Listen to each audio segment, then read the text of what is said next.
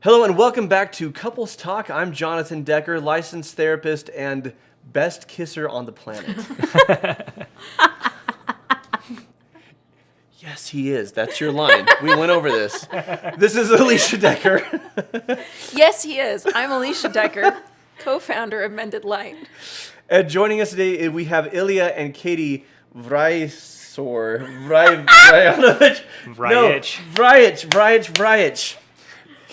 Ilya and Katie Vrajich. And we want to thank you. You joined us for a video previously talking about managing health struggles in marriage. And today we're going to talk about mental health struggles in marriage. I said that so cheerfully, mental health, right? That sounds fun. So we had marked down, because Alicia is the great organizer. And she's like, here are their names, which I've mucked up. And here's what we're talking about. And it said depression. I'm like, and just as we're rolling, I'm like, which one of you is struggle with depression? And it turned into a competition. Right? This was off camera, but it turned into a competition where it's like, who's had it worse? So just take it from there. We'll just sit and watch. You've had it worse.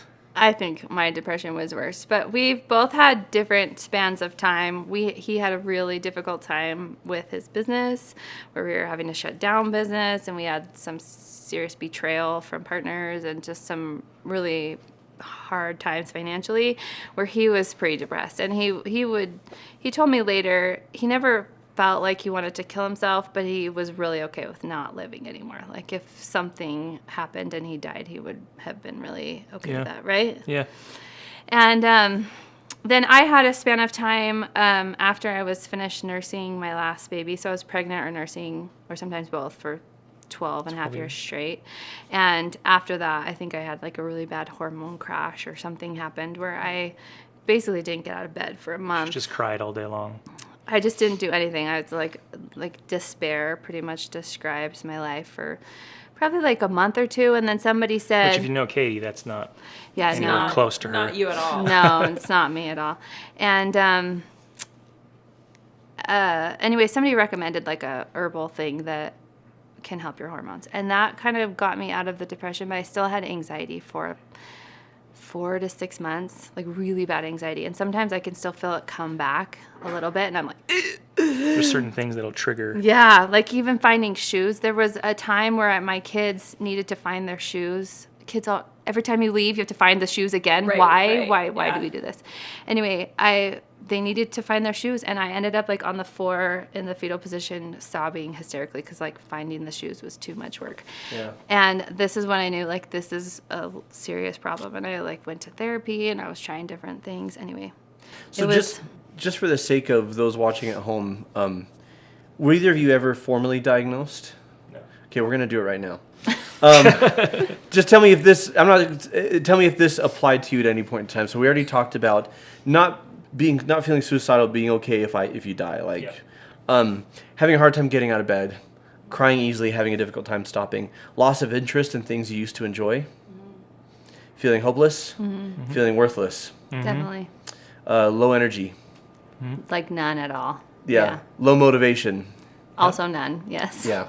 Okay, you have now been formally. Diagnosed. Did it last longer than a month? Yes. Yes. Okay, so that is a formal diagnosis. You There we were go. both clinically depressed. There we go. Wonderful. Now we know. And we got through it. And right, my work here is done. You're welcome.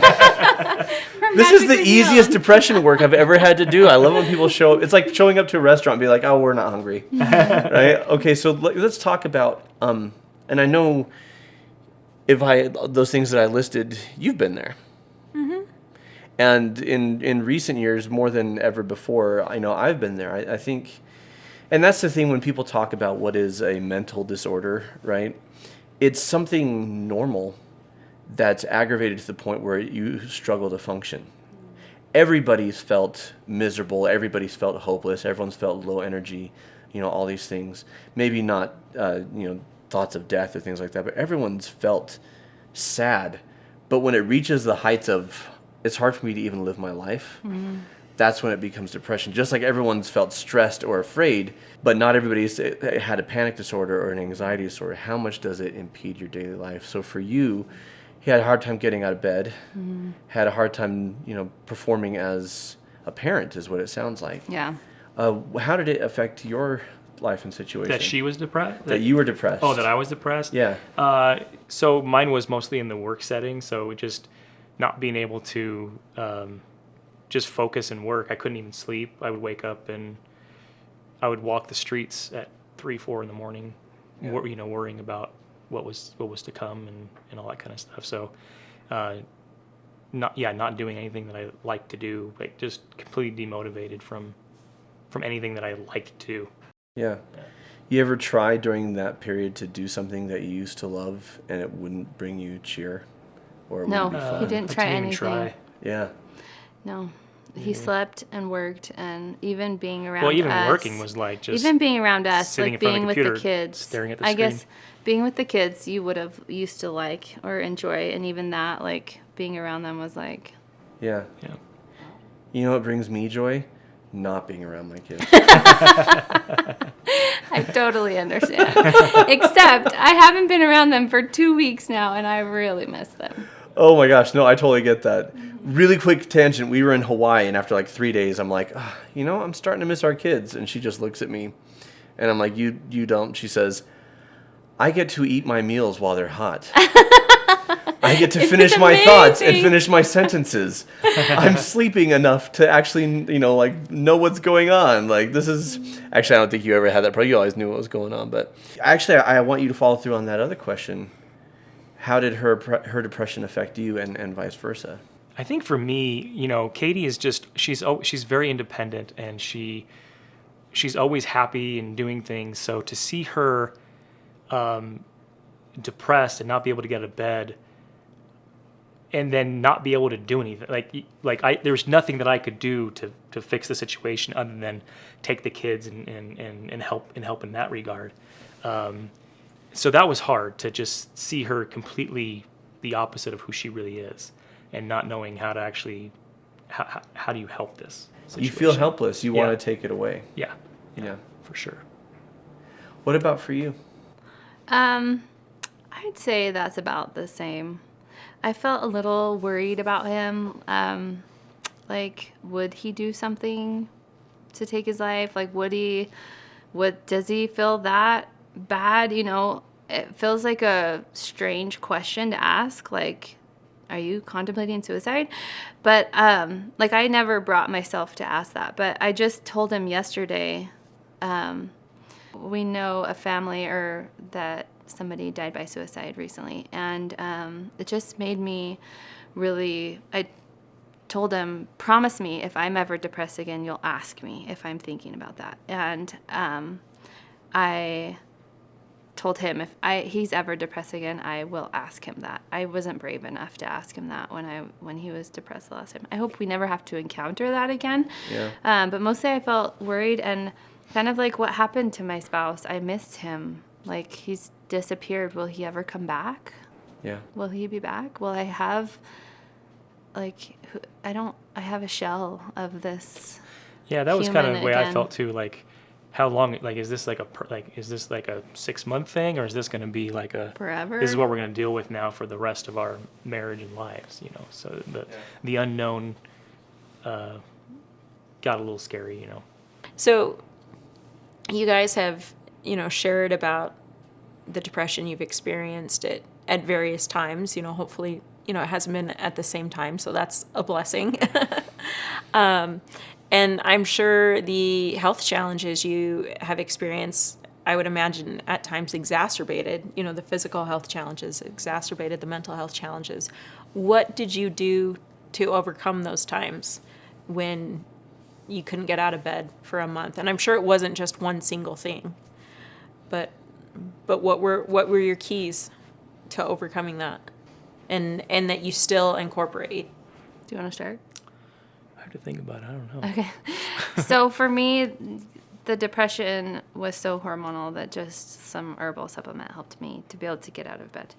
As far as the anxiety, I don't actually know why it resolved, because I know a lot of emotional tools and spiritual tools to keep me mostly feeling pretty mentally, emotionally, and spiritually healthy. But none of them were working at all at the time. So I don't feel like anything I did actually changed it. I feel like time just made it come around, which is kind of discouraging. If you're in the middle of it, it feels like, time. I mean, I did go to therapy, but I don't feel like the therapy brought me out. I was already kind of coming out already when I found the right therapist. I went to like 3 other therapists first, and it was not helpful. And when I found a good one, I was already feeling like 80% better. So it was like just for fun mostly. I think therapy's fun. So if I could delve into that a little bit, like there were indicators that it was a hormonal imbalance, right? Because depression can be affected by so many things, right? Yeah. Like it can be nutritional, it can be hormonal, it can be life circumstances that are depressing, right? And so... Well, that's true too. I mean, at the time of your depression, we had just sold our house. We moved into my brother's unfinished basement. We went from a 4,400 square foot home to, I think it was like maybe 1,000 square feet of unfinished basement with 5 kids.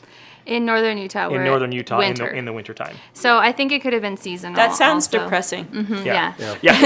It was pretty depressing. But the moment that got really depressing was when we were asked to not come upstairs anymore.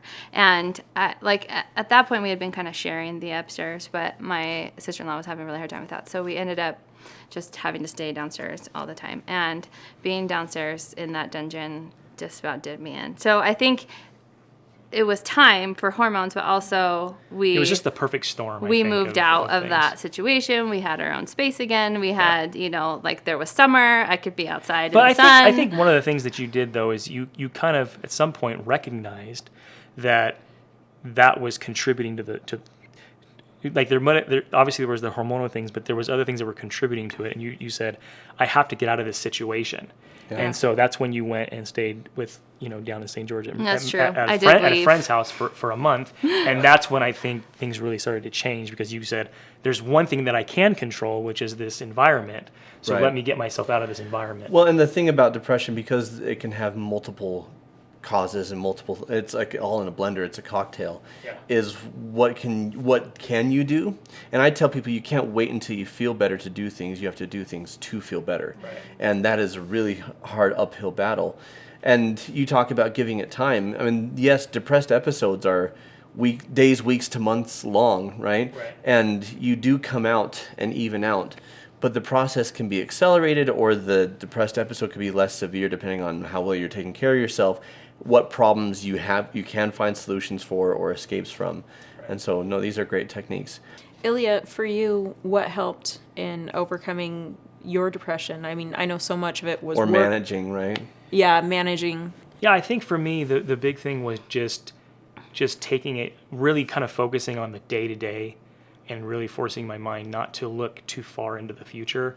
One thing that really, really helped, though, was because a lot of mine was financially based. So there was a lot of debt that was kind of looming overhead.